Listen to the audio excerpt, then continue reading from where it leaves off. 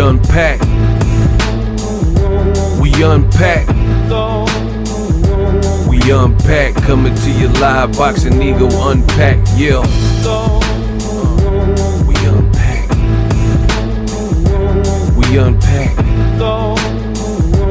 We unpack. Coming to you live. Hey, yay, hey, yay. We are all gathered for this unpacked, if you will. Golden Boy Promotions versus Vergil Ortiz. Controversy, scandal, mayhem. We got it all. The beef continues. I will give you an update in the Oscar. I do believe De La Hoya, Golden Boy versus Team Vergil Ortiz, beef in lawsuit. We got to unpack this. What up, Fight World? It's your boy Ego, and I'm back with some more boxing. Well, there have been some updates, and as promised, I shall deliver. I will deliver you the boxing news. You will all be delivered. Now, the beef continues.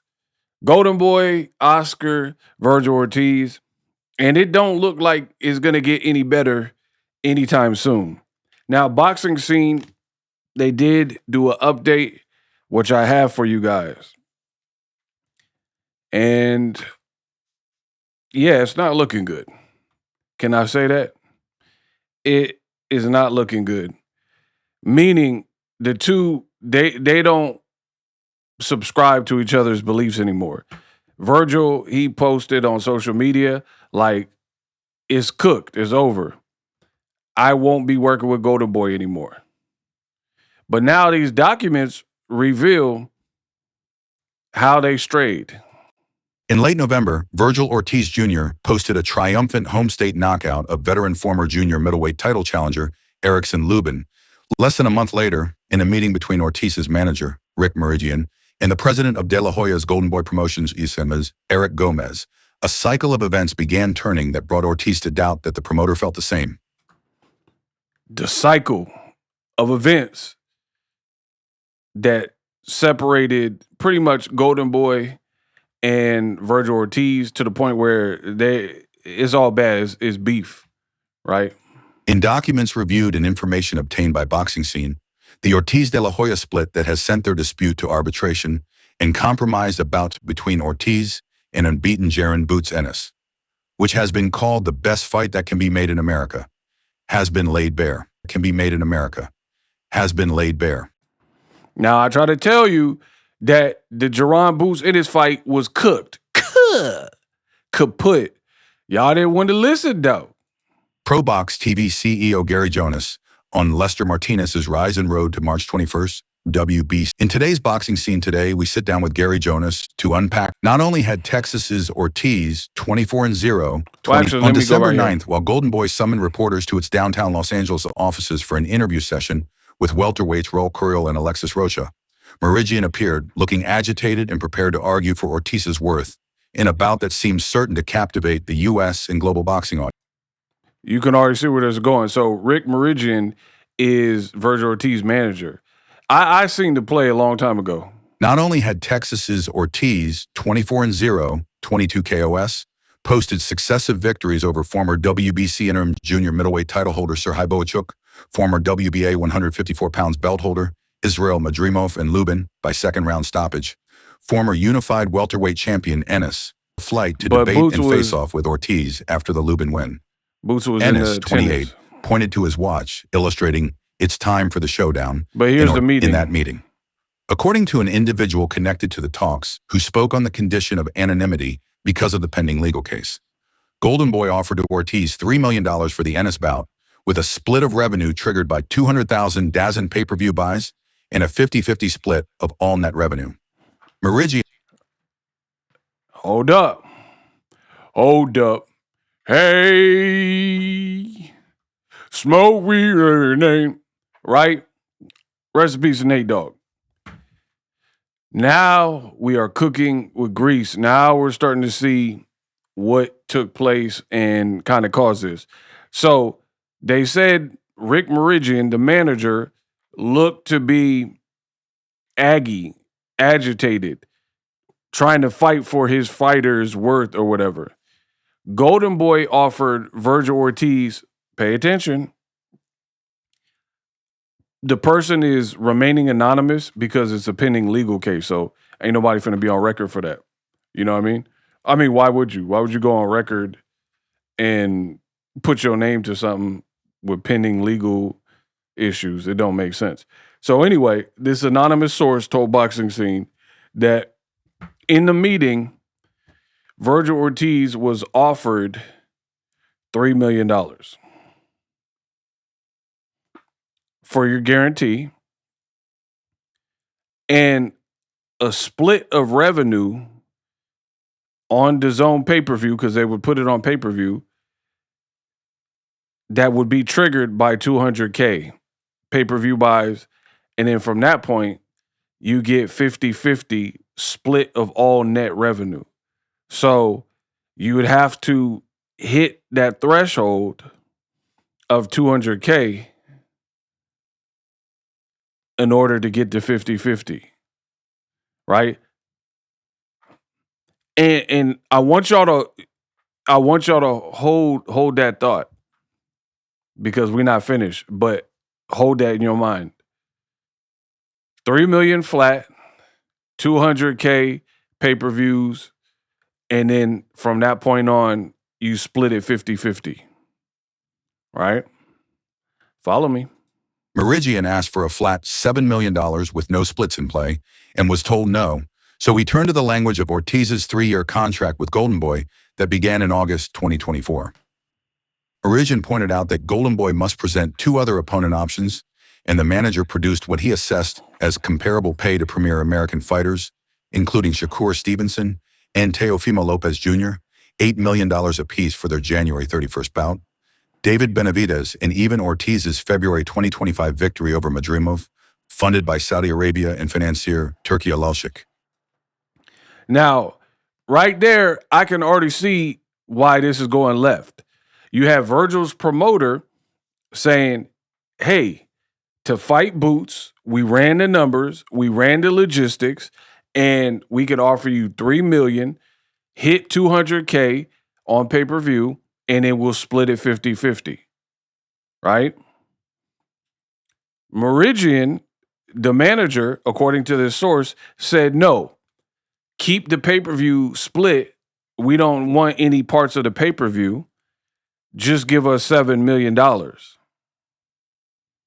So they want more than double. 3 times 2, or 3 plus 3 is 6. 3 times 2 is 6.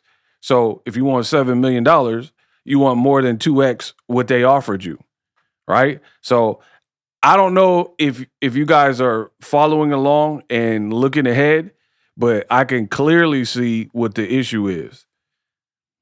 Then it says Rick Meridian said he looked at the contract and said, Golden Boy has to offer us 3 fights. That was one of them. You still have to offer us 2 more fights.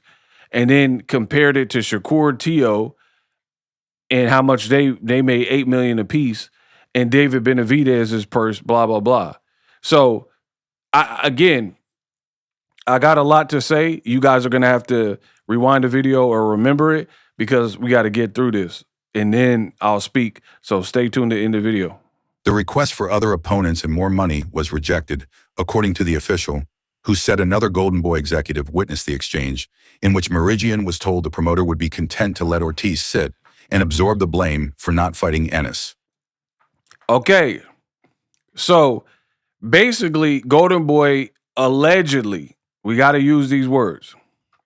Allegedly, they're like, bro, take it or leave it. We're offering you the Boots fight. Here's the offer. Da da da da. So there's a lot of fans and also content creators that have been pushing the narrative that Oscar was trying to protect Vergil Ortiz from Jaron Boots in his fight entirely, right? But according to this, in this source, and what's being claimed, that wasn't the case at all. They were down to make the Boots fight, but they were trying to make it with these logistics. So that's a far cry from what people have said and what a lot of fans have said. Again, this is why y'all turn to me, the cream of the crop, numero uno, the best in the business, and it's not even close. Because I'm gonna give y'all the facts and I'm gonna give y'all the receipts. A lot of people like speculate and say their opinion. Oh, Oscar's blocking the fight, but based on what? This, and I try to tell y'all from the beginning, this don't sound like, from the beginning, I told y'all, it don't sound like De La Hoya is anti the fight. And for real, he had Canelo fight Golovkin when Canelo was with him. He allowed for Ryan Garcia to fight Tank Davis. I knew Ryan was going to lose that fight, right? And they were way bigger stars than Vergil Ortiz. So again, I feel like the business is what prevented this fight from likely happening next. You know what I mean? Because then it escalated. We'll keep going. Because I don't want to jump ahead and I'll steal my own thunder. So allegedly, the request for other opponents was denied. De La Hoya this week labeled Meridian the worst manager in boxing and a selfish asshole, arguing Meridian wants triple what we're contractually obligated to pay Vergil for the Boots fight. See? He said triple. I said double. Nothing changed over 3 more weeks of dialogue, according to the individual. As De La Hoya told Boxing Scene, he wanted Ennis to take the fight for a 60-40 split, with the loser taking a 5% hit in their percentage. Right? And he did. That's on video proof. There's video proof of him then saying like, yo, we're the bigger star. Let Vergil get the lion's share of money. To the Ortiz camp, Golden Boy has committed a contractual breach by not meeting this prong of the contract. The promoter guarantees the boxer 2 bouts per year. Promoter will offer at least 3 opponents per bout, at least 60 days before the proposed fight date. A second clause was also betrayed, according to Team Ortiz. In it, Golden Boy is obligated to work in good faith with all boxing promoters to assure that boxer maximizes his exposure and revenue opportunities during the term. Promoter agrees to work in good faith to try and negotiate with the representatives for any and all opponents boxer wants to fight during the term, and boxer and his representatives expressly agree to direct any and all inquiries they may receive from potential opponents to promoter for purposes of negotiating the terms of a potential bout with boxer. So basically, they're saying in the contract, Golden Boy got to operate in good faith and play nice with other promoters. And they're saying he breached the contract because he does Clapback Thursday and be beefing with Eddie Hearn and stuff like that. In the event promoter receives an offer to provide boxer a fight from another promoter or a broadcast platform under a provision of services, POS, or a similar agreement, promoter must disclose to boxer the full value of all compensation offered and will provide boxer with a copy of such POS or similar agreement and have boxer included as a party to such agreement. In the event that a third-party promoter, broadcaster, or financier wants to negotiate a fight involving boxer, promoter, boxer, and his representatives will work in good faith to maximize the opportunity for all parties, including but not limited to, as necessary by promoter, allowing boxer's representatives to directly negotiate the bout with a third party. Unless the parties agree otherwise, promoter shall receive a POS fee equal to 25% of boxer's compensation for the bout. So some technicality. They're basically saying that Ortiz's contract stipulates everybody got to play nicely and work together to get him the most lucrative deal. That's what they're alleging, Team Ortiz. Team Ortiz assesses that De La Hoya's vulgar, disrespectful words uttered toward Ennis promoter Eddie Hearn, Al Sheikh, and the new Zuffa Boxing heads, Dana White and Nick Khan, compromised Ortiz's earning power and ability to land a lucrative alternative bout. Meridian has complained that Hearn has said he previously negotiated an Ennis-Ortiz deal with Golden Boy, but that the manager was kept from learning the points, being told only that Ortiz would earn $3 million. Now, again, in my opinion, I don't have all the contracts in front of me and stuff, but based on what we're hearing and reading and the arguments being presented, I still feel Team Ortiz, their argument is rather thin and rather weak, right? They're saying stuff like we need to know the deal points with Eddie Hearn and pretty much how you arrived at the $3 million. But if that is in fact true, which it probably is, you know what I mean? If it's in fact true that that was the initial offer, then in the arbitration, that probably will come out and they'll have to show proof of the initial deal, right? On his own, Meridian has said he secured 2 separate offers for Ortiz to fight Ennis, one of which he said On his own. would pay the fighter a minimum $16 million. In her ruling this week that refused to free Ortiz from Golden Boy and sent the matter to arbitration, Nevada District Judge Christina Silva leaned on another contractual clause over Golden Boy's expired but still being negotiated broadcast deal with DAZN. Promoter's distribution relationship with DAZN is a material incentive for Boxer to enter into this agreement. In the event that Promoter's distribution relationship with DAZN terminates for any reason, and Promoter does not have an agreement in principle in place for avoidance of doubt, if Promoter has agreed on all material terms with an alternative broadcaster, Boxer's right to terminate must be exercised by written notice within 30 days following Boxer obtaining knowledge of the triggering event, or will be deemed waived.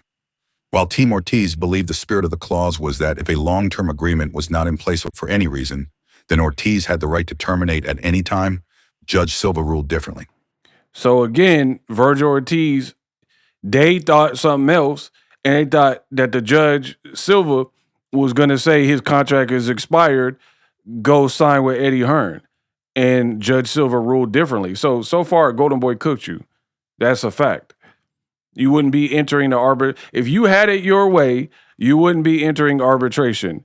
You would just be, you already announced the Boots fight because the judge would have been feeling you and allowed you to move on. DAZN will stage a Golden Boy fight in Anaheim, California, March. On De La Hoya's Clapback Thursday this week, So again, a lot of this stuff is like he said, she said, a little like knick-knack, little petty stuff. Meridian told Boxingscene on Saturday that he called and texted De La Hoya after posting that statement and said he received no response. Bro, if you're suing somebody, why are you going to respond to their calls? So, I mean, that don't even make no sense. If you're beefing with somebody and dissing them and they're suing, everybody's suing each other, why would you respond? I wouldn't call you back either. I'll see you in court. Lastly, Meridian has argued in his own sworn statement that he believes Golden Boy especially undercut Ortiz during his December Clapback Thursday appearances on Instagram, slamming Zuffa Boxing and angering Al Sheikh, who is backing the promotion with $10 million of annual support, plus a payment of $15 million to land welterweight Conor Benn. See, we're already, this Team Ortiz, this seemed real weak to me. I'm being real. I'm not a judge, jury, but it seemed real weak because the reality is, if you look at this report, they keep talking about other people's money, right? Oh, but David Benavidez got this much. Oh, Shakur Stevenson, when he fought Teofimo, got this much. And Conor Benn got $15 million. And then now they have a dangerous fight with Boots. And then now it looks like the manager is trying to up the price so everybody eats more. But that might not be feasible.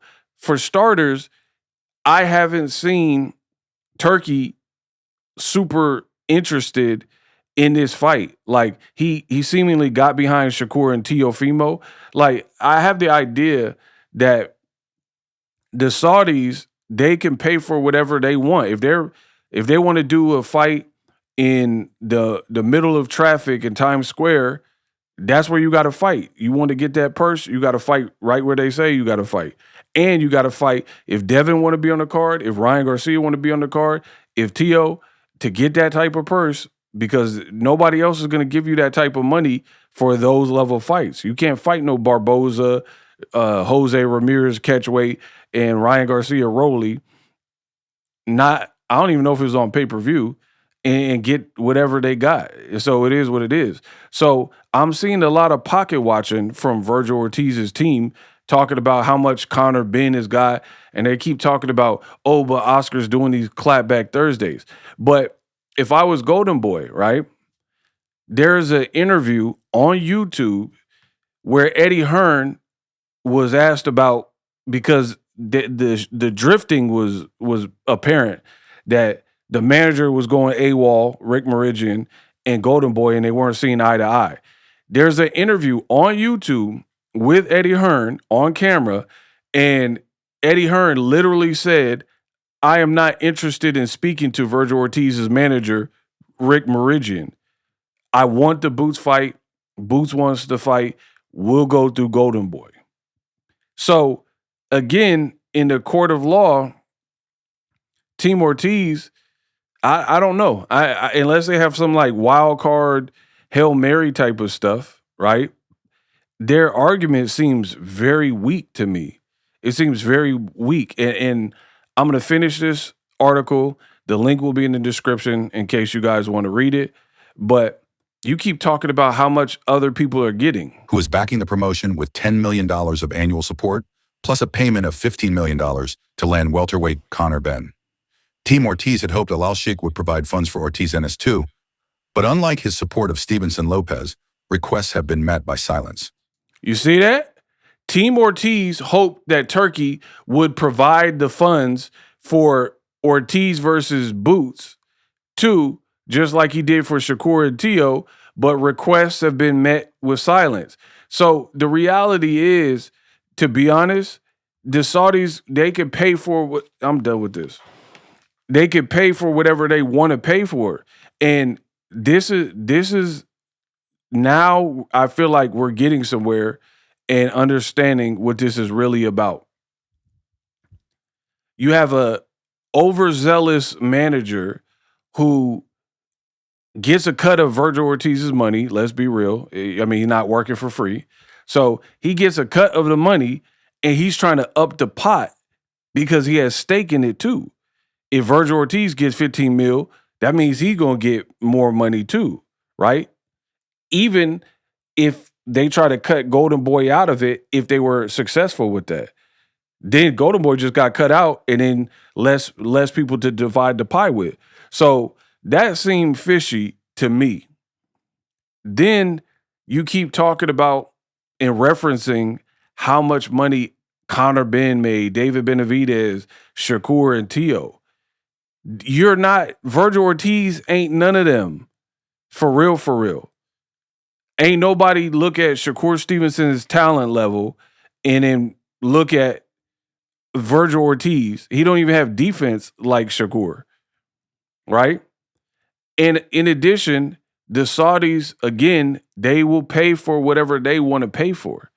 So if the Saudis in Turkey like that fight, if he likes Berlanga and Hamza Shiraz, Canelo Crawford, Crawford Madrimov, Ryan Rowley, they're free to pay for and use their money how they want.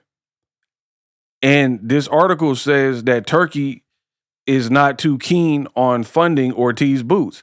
So maybe he don't like the fight, or now he got the Zuffa thing, so maybe he wants to put more of his money into TKO and building Dana White up, so put Tyson Fury card together, Conor Benn getting $15 million. And that's what it seems like is the real problem. The real problem is your eyes seen green and you want a piece of that pie, and then you jump the gun on Golden Boy, the actual promoter, and then when you guys didn't see eye to eye, it appears to me that you felt that you read through the contract and found your way out, or your loophole, or your lawyer or attorney looked at something, which you read it and it could be up for interpretation. To me, it wasn't set in stone, clear as day, that you're a free agent. And that's why you're in this position right now. Because if it was clear as day, then you would have announced the Boots fight and the judge probably would have seen it your way. So Team Ortiz is in for a battle. This is why Oscar De La Hoya is doing Clapback Thursdays, talking about you're foolish. You've sidelined Vergil Ortiz. And this is what people do. People do this all the time in relationships. Tell me in the comment section if you've been through it yourself, where you had a good girl, right? She was loyal. She was down. She was cakey. She had body. She was smart, had a good job. And you cheated on her or did her foul, and you thought, oh, this shorty at work is worth it to crash out your real relationship for this little side chick, and then the girl find out about it that you're cheating. She says deuces, pieces you out, and then continues to be a successful woman. And then you stuck with the side piece, and then you come to find out the grass ain't greener on that other side. You know what I mean? That's what it seems like here. And I'm telling you, I've experienced this where, like, me being a YouTuber, so many people are like, don't make that video, don't say that, don't say it like this, you're wrong. But okay, you do it. You do what I do every single day, and you make the YouTube videos. It seemed easy until you got to do it, until you got to set up this camera and have that crispy, until you got to set up your audio, until you learn how to speak on camera without stuttering. You got people who've been in the game and they can't even get through a 8-minute video without stuttering Stanley and stammering through it. Boxingego, I don't go through that. You see what I'm saying? So the bottom line is everybody think they could do what you do till it's time to do what you do. You know what I mean? And that's what it feels like with the manager, Rick Marinigan.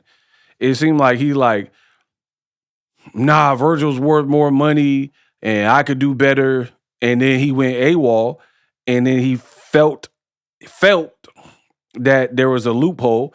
Oh, Golden Boy and DAZN, they don't have a new renewed contract. So that's our walking papers. We can leave now because it says right there if the relationship changes. But again, if you look at contracts, right? These companies are typically smart enough to word it loosely to the point where it's up for interpretation, right? For example, YouTube, if they want you off the platform, like if you're a pain in the neck or you're doing something, they can get you off this platform for sure. It is written, the terms of service is written to the point where almost like a restaurant when they have the no shoes, no shirt, no service, we refuse the right to refuse service to anybody. YouTube has that. Most companies have that where if they got to get you, they got to get you. So I don't know. I don't work for Golden Boy. We're going to see how tight their paperwork is. But I would like to believe that Oscar, having been a fighter and been a promoter for a while, is probably written to the point where it's loosely. Like if the relationship between Golden Boy and DAZN changes.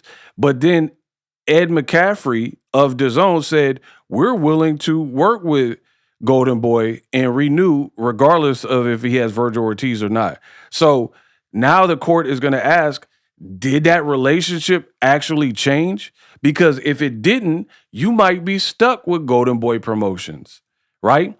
You have to prove without a shadow of a doubt that they breached the contract to the point where you should get your walking papers like Canelo and be able to bounce and move on. So for me, everything I'm hearing and reading, it's going to be an uphill battle for Vergil Ortiz. It seems like you jumped the gun. And for me, this is bad business. The reason I'm saying it's bad business is because what part of the game is it to not know if you are 100% in the clear to move on, and then you move on, and then you start, you put your little sheriff badge on, and you think you the sheriff, the new sheriff, and you start doing a whole negotiation with Eddie Hearn. But then Golden Boy was like, all right, put on a temporary restraining order. Boom. Stop that, nip that in the bud. Then you're like, oh, judge, you haven't given us an answer, and the temporary restraining order expired. The same day the judge came back and said, no, now you're going to Golden Boy arbitration. You're going to arbitration with Golden Boy. So that means they sided with him 2 times. 2 times. Not 1, but 2. So Team Ortiz, you're already off to a bad start. Let's be real. You're off to a terrible start. And that's why I'm saying you might have jumped the gun. You should have made sure that you were 100% not in breach of contract yourself, right? Because there could be things in the contract that stipulate that a manager can't overshadow or overtalk the actual promoter. What about that? You don't think there's something against that where the manager, like Oscar on the clapback, he was like, this is a violation of the Ali Act. So again, I'm not Perry Mason. I'm not Murder, She Wrote. We going to find out.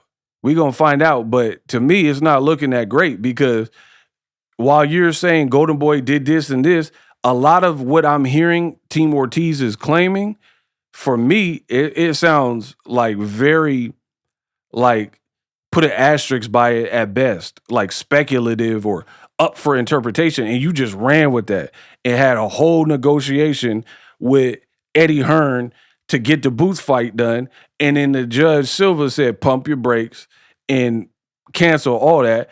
And now Boots is not fighting you next because he's gonna have to move on with his career. He's not gonna wait. Why would a fighter? Because then Eddie Hearn might be in breach of contract. Eddie Hearn might have something in the contract with Boots that he got to keep him fighting every 4 months or every 6 months or whatever. So he ain't got no time to wait for Vergil Ortiz. He pulled up to the fight, Vergil Ortiz Lubin fight, got in the ring, had to face off, signed his paperwork. Eddie Hearn said he wanted to fight. He kept it true and said he wanted to fight the whole way through. He don't have these promoter issues. So it looks great for Boots no matter what, and it looks bad for Vergil Ortiz. And now with your team doing the most, they could have sidelined you for a lot longer. So I don't know. They keep talking about, yeah, we ready to terminate our contract. We never working with Golden Boy. And, it's getting ugly. Oscar posted a video of his dad getting in the fight saying he's a problem and your team is telling you wrong. It's going to be a real battle in court. We're going to see how it play out, and I'm going to be right there to cover it and give you guys the news. But for me, I feel like it's looking like, unless they got some secret sauce or something, and my thing is this, if you did have some kind of secret mythical angle, then why didn't you already use it? And then the Boots fight would have been announced. So the angles that I'm hearing right now, they're not sounding too great for Vergil Ortiz. You're like, oh, he did a Clapback Thursday, so he's made it to the point where he ruined I don't know, whatever they're saying. So basically they're saying Oscar De La Hoya doing Clapback Thursdays is a conflict of interest because he's rubbing people the wrong way. But I've already told you earlier in this video, Eddie Hearn, after Eddie Hearn's been on the chopping block going back and forth with Oscar for years now. And Eddie Hearn, even after some of these Clapback Thursday videos, there is a YouTube video of Eddie Hearn talking about, I don't want to talk to the manager. I want to talk directly to Golden Boy to get this Boots Vergil fight done. So it still shows that despite them throwing shots at each other, that they're still willing to amicably work together to make something happen. And then again, Golden Boy, they need to actually pay me. They need to send me the bag because I'm giving them their whole court case right now. The other issue is you're saying that Oscar doing Clapback Thursdays is creating a hostile environment which lessens the value for Vergil Ortiz, essentially, right? But if that's the case, Bob Arum has talked bad about Eddie Hearn. Eddie Hearn gets on interviews. The only difference is Eddie Hearn, he'll do an interview with the UK reporters, and he's not calling it Clapback Thursdays, and it's not like a weekly series. But Eddie Hearn for sure get on these interviews and take jabs at Turkey, take jabs at Dana White. So what are we talking about? Dana White literally just said yesterday at the Max Holloway Oliveira fight that Eddie Hearn is a PUSSY. So that's your argument on dead homies? That your argument is Oscar saying mean things to other promoters, but you're like, oh, he could be jeopardizing the relationship between Zuffa Boxing by saying these things. He could be jeopardizing a relationship with Turkey by saying these things. Turkey talk crazy to people, right? He told Eddie Hearn literally the other day, put your head on my chest, I'm your daddy. Turkey told Frank Warren, who's suing him, that like he put out a smear campaign on Ring talking about they tickets ain't selling because they not working with us anymore. Literally, as I mentioned. About you said recently, you said you'd want to box Eddie Hearn. Was that serious or was that a joke? No, it's serious and a joke. I'm fucking 56 years old. I shouldn't be fucking boxing anything. The last time I even tried to get ready to box was for Tito. I was 38, and that was a fucking nightmare, okay? And Eddie Hearn's a pussy. He don't want to fucking box anybody. Come on. Fucking Eddie Hearn boxing. Thank you. Yeah. He said he would. He said he would, and he said it'd spark you out. Listen, if that's what, then fucking fly out here. We'll go over to the Apex and we can box.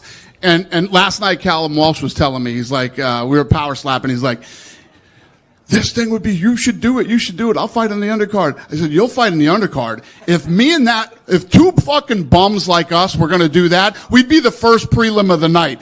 It would be disrespectful to every guy who's a real fighter on that card to be under us. Boom. So I rest my case. That was Dana White yesterday talking about boxing Eddie Hearn. So is that your real argument, Team Ortiz, that Oscar says mean things to other promoters? Oscar has beef with Al Heyman, an advisor, right? He's beef with Canelo and kept taunting him with meat shirts or whatever. He beefed with Turkey and said disparaging things to Eddie Hearn. And a lot of these guys, outside of Al Heyman, he the only one that don't get crossed up in that. Bob Arum for sure has said bad things about Al Heyman. He for sure has said things about Eddie Hearn, called him a spoiled brat. Dana White said he like a nepo baby, and his dad, he works for his daddy. They're talking about boxing each other. This can't be your real argument, right? That, oh man, Vergil Ortiz, his market value is being lowered. That doesn't mean that Oscar can't work with some of these people, because he's already worked with Eddie Hearn before. And he talked bad about Eddie Hearn. He's already worked with PBC and he talked bad. He about to work with PBC again. He just worked with him on the Ryan Garcia Barrios fight, right? So he talked bad about Al Heyman, and then they still did business together. So I don't know if that is a strong enough argument that he's doing Clapback Thursdays. If I was Oscar, I would just be like, I say it in jest. All the promoters, you know, we take shots at each other. And it's true. Frank Warren is taking shots at Eddie Hearn, vice versa, Bob Arum. So it's like, why? So Oscar can't do it? You know what I mean? Oscar can't do it. But then you got Dana White and Eddie Hearn talking about fighting each other in a boxing match, and Dana White. So, like, bro, Vergil Ortiz look crazy, in my opinion. He looking crazy right now, because this can't be the strength of your argument, right? Where you're like, oh no, Vergil, you know, he can't get good fights because of Oscar's behavior. Really? Because of little trash talk? Like, De La Hoya didn't say, I won't work with Eddie Hearn. He said, we're the A side, give my fighter 60-40. Right? He didn't say, like, I'll never work with him, blah, blah, blah. So again, what's good for the goose is good for the gander. How is it that other promoters and advisors like Turkey, he could take shots at people and they could get away with it, but then Eddie Hearn and Dana White, they could take shots, but then when Golden Boy does it, you're like, nope, see, this is bad behavior. For me, that don't make sense. I could give you several examples of promoters dissing other promoters in our boxing space. I'm going to pull it up right now. Boom. Eddie Hearn responds to taunts from Oscar. Eddie Hearn rips Oscar De La Hoya with hilarious skit. Oscar De La Hoya gets referred to as a stalker and a crazed fan from Eddie Hearn. You guys see this. We also had Eddie Hearn beefing with another promoter, Leonard Ellerby. Eddie Hearn destroys Oscar De La Hoya.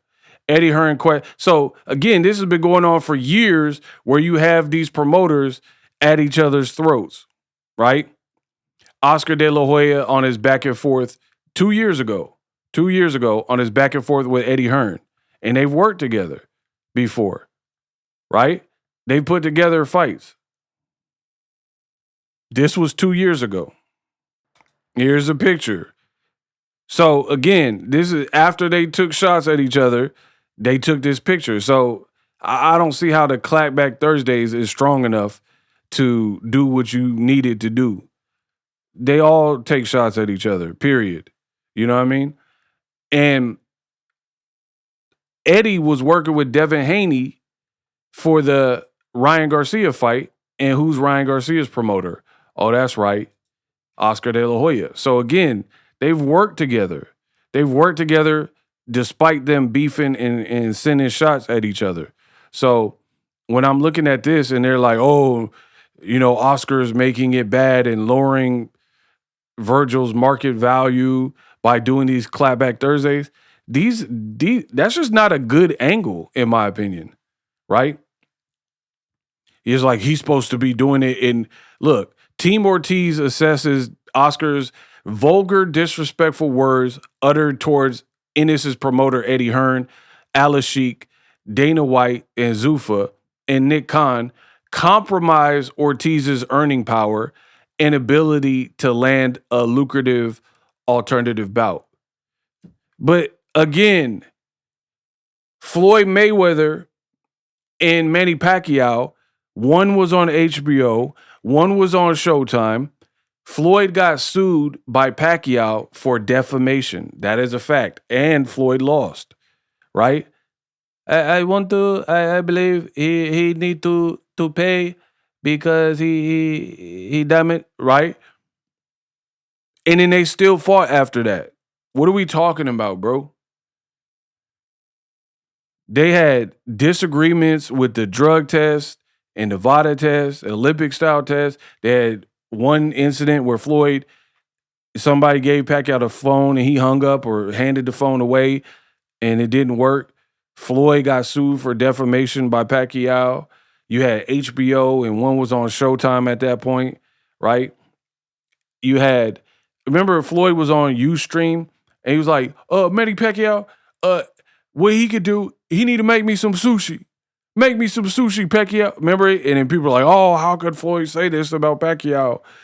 He's not even Japanese.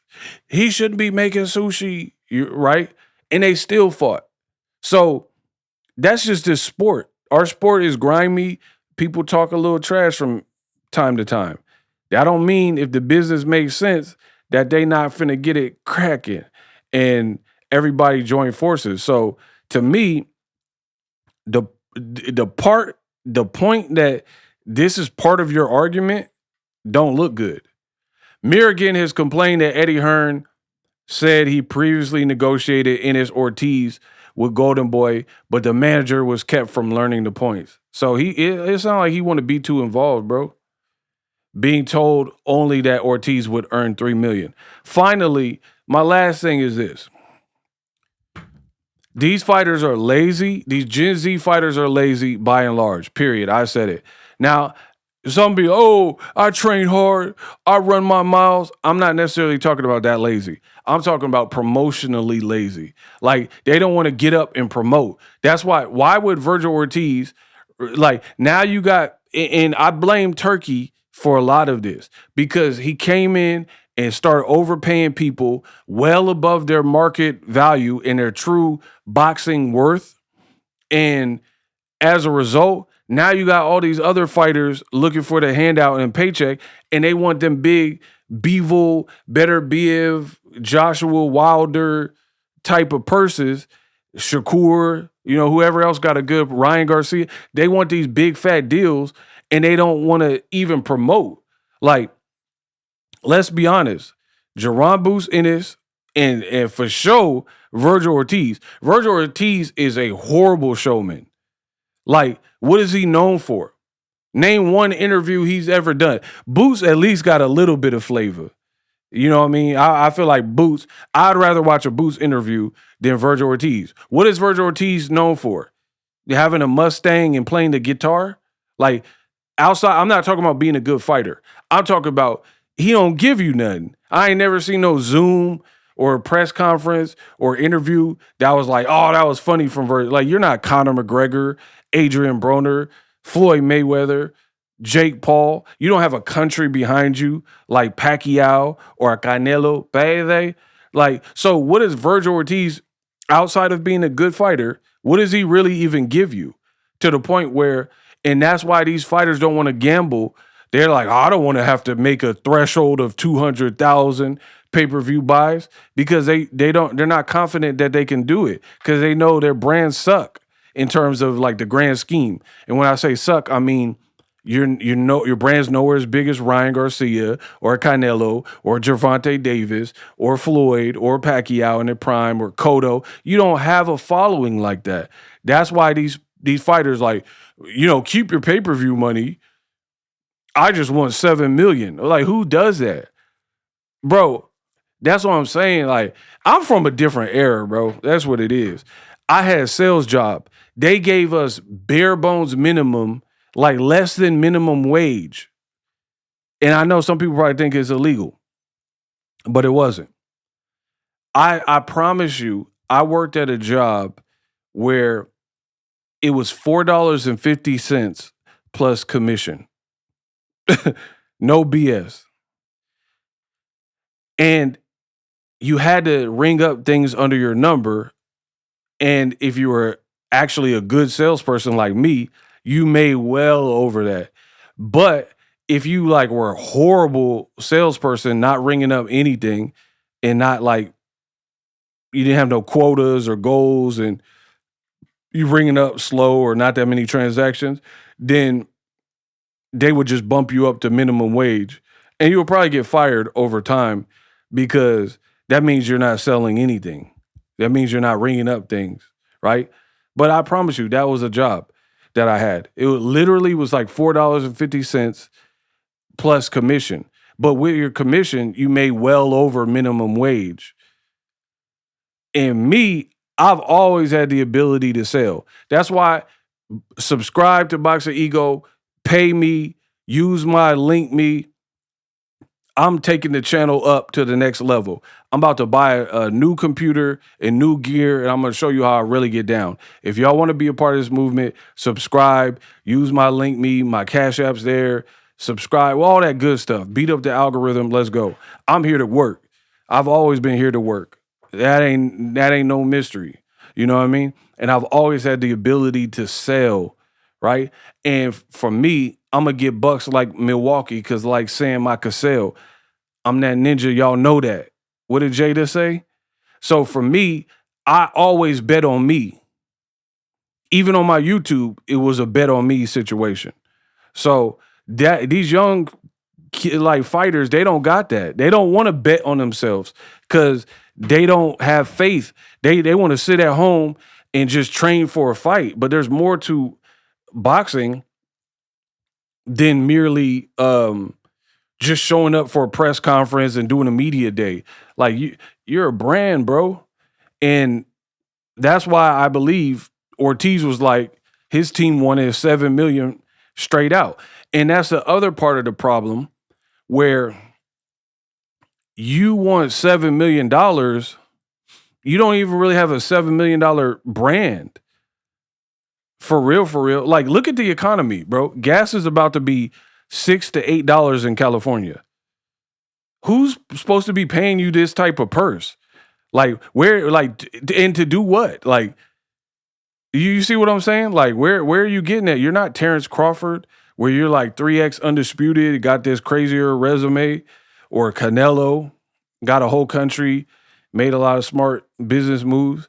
So it's like, it's just a big problem in the game. You got fighters who they're like, pay me, pay me, pay me, and they want to make money, but they're not really willing to do the work. Like I put it on anything. These streamers outwork a lot of boxers. Now, I'm not talking physically. I'm not talking like physically, but I'm talking about hustle and mindset. Like, how many times you seen these streamers and they got clips everywhere on the whole internet? These boxers don't do that. Most of them, they not doing that type of stuff.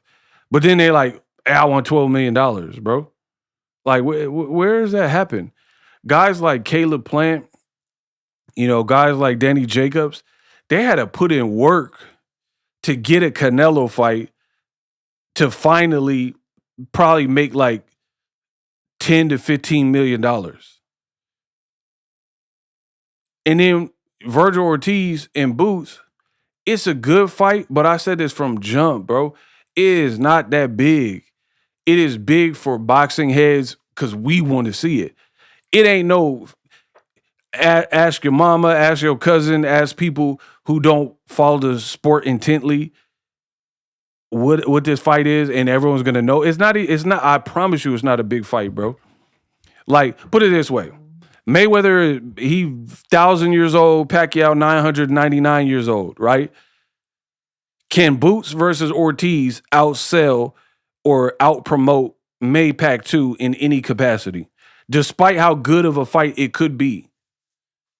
Absolutely not. There's no way. And this is like people said Maypac when it happened in 2015, they said it was past its prime.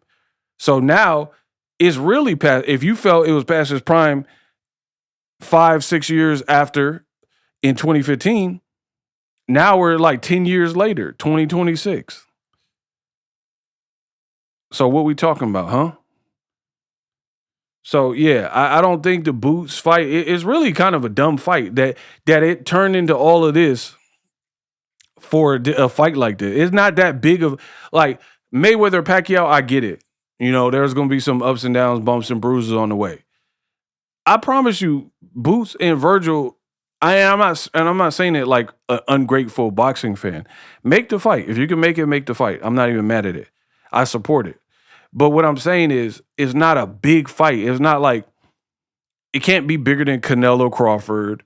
It won't be bigger than Errol Spence and Crawford. It won't be bigger than Gervonta Davis, Ryan Garcia. That's what I mean by big fight. It's not bigger than Floyd and Cotto, Floyd and Hatton, Floyd De La Hoya or Canelo, Floyd Maidana. So it's like, these fighters want these exorbitant purses for what? You know what I mean? For a fight that you're probably not going to promote. I don't even know. Like, y'all let me know in the comment section. If Boots and Vergil Ortiz, if they started doing mad trash talk, would it even seem organic? Because we haven't really seen that in a build-up from them. So now all of a sudden you're just a A1 talker. You know what I mean? I don't know. Anywho, I did my job. And I did it excellently. If you agree, let me know in the comment section. We unpacked.